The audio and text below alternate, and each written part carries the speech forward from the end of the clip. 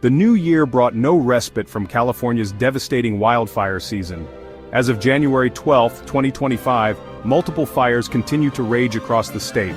The Kenneth Fire, thankfully, has been fully contained. However, the Hearst Fire is still burning, although firefighters are nearing containment. The Palisades Fire presents a more significant challenge with only 11% containment.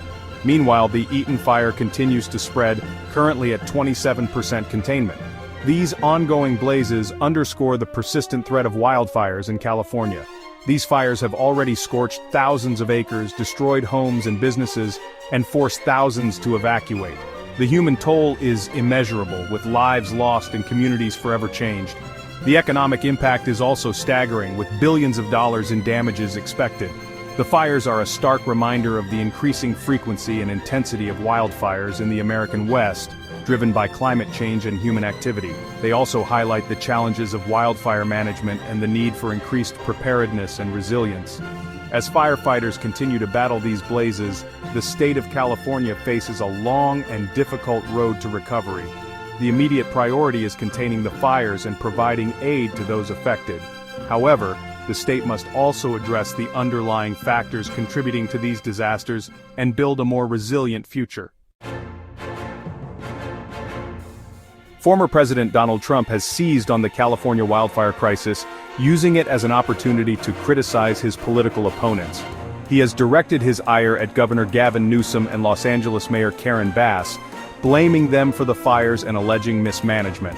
Trump has made several claims, some demonstrably false, regarding the situation.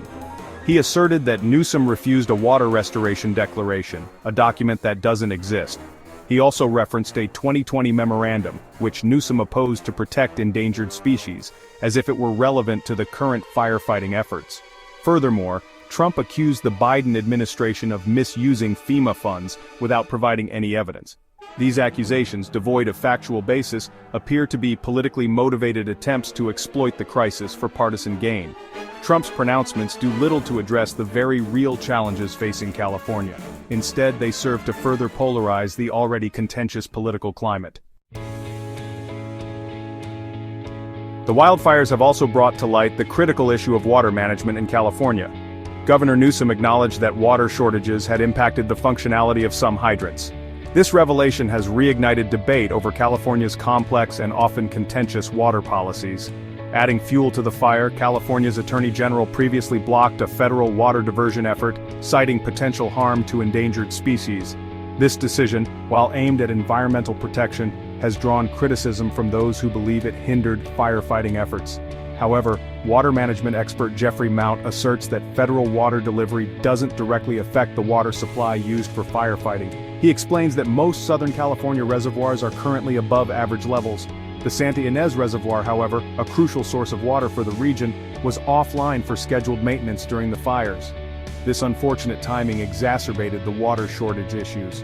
Governor Newsom has called for a thorough investigation into these issues to determine if any missteps occurred, and to improve future responses.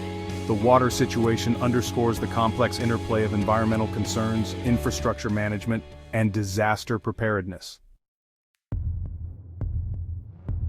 Section 4. Underfunded and overwhelmed. The LA Fire Department's budget crisis.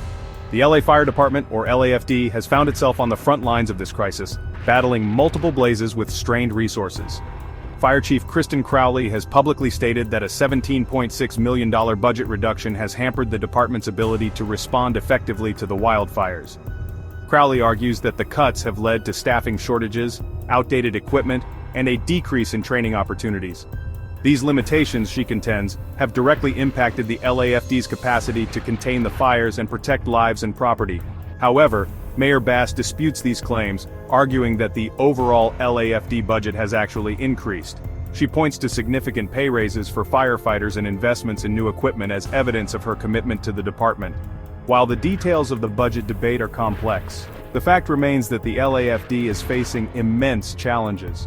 The fires have exposed potential vulnerabilities in the department's resources and preparedness, raising questions about the adequacy of its funding and support. Section 5. Political Tinderbox. The fires ignite California's political landscape. The wildfires have erupted at a particularly sensitive time in California politics. Democrats, holding a supermajority in the state legislature, were preparing to actively oppose President-elect Trump's agenda. Governor Newsom had even called for a special legislative session to address key issues. However, the fires have overshadowed these plans, forcing the state's leadership to shift its focus to disaster response. The crisis has exposed vulnerabilities in the state's infrastructure and governance, prompting criticism from both sides of the aisle. Republicans have seized on the fires as evidence of Democratic mismanagement, accusing them of prioritizing progressive policies over public safety. Democrats, meanwhile, point to climate change as a major contributing factor to the fires, arguing that federal inaction on climate policy has exacerbated the situation. The fires have become a political tinderbox, fueling partisan divisions and complicating efforts to address the crisis. The political fallout from the fires could have long-term implications for California's political landscape.